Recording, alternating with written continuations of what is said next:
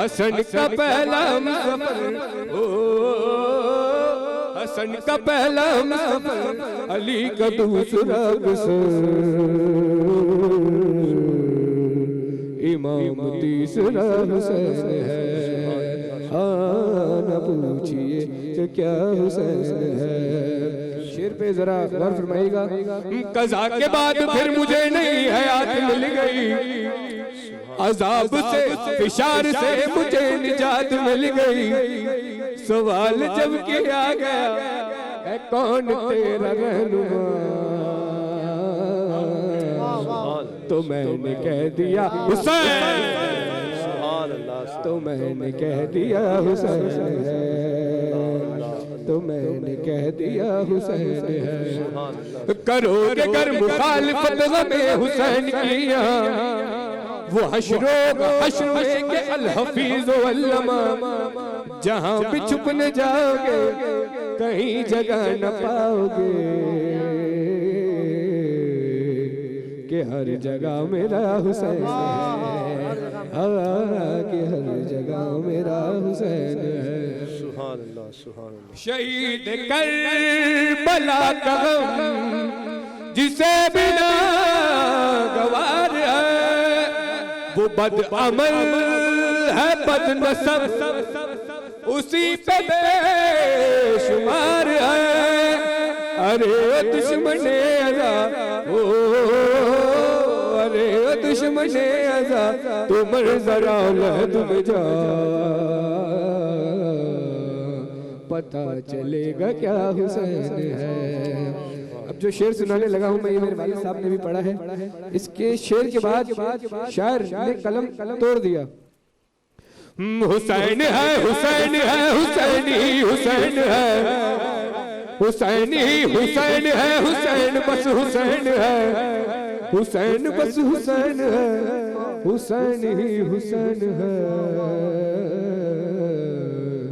بنا الہ الہ حسین ہے، ہاں نہ پوچھئے کہ کیا حسین ہے۔ ماشاءاللہ ماشاءاللہ۔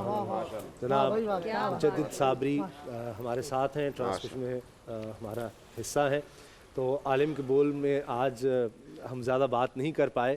اے نور خدا نور بصیرت کی طلب ہے، رمضان کا صدقہ تیری رحمت کی طلب ہے، مخفی ہیں اسی ماہ میں رحمت کے قرینے، گرداب سے نکلے ہوئے بخشش کے سفیر، گویا ہیں تیرے عشق میں ہم سب برابر، مجلس کو تو گلدستہ فردوس بنا دے، رندوں کو ثنائے شہ لولاک پلا دے، تو شمع قلم کو ید بیضائی عطا کر، بچوں کو تو افطار میں تسنیم عطا کر۔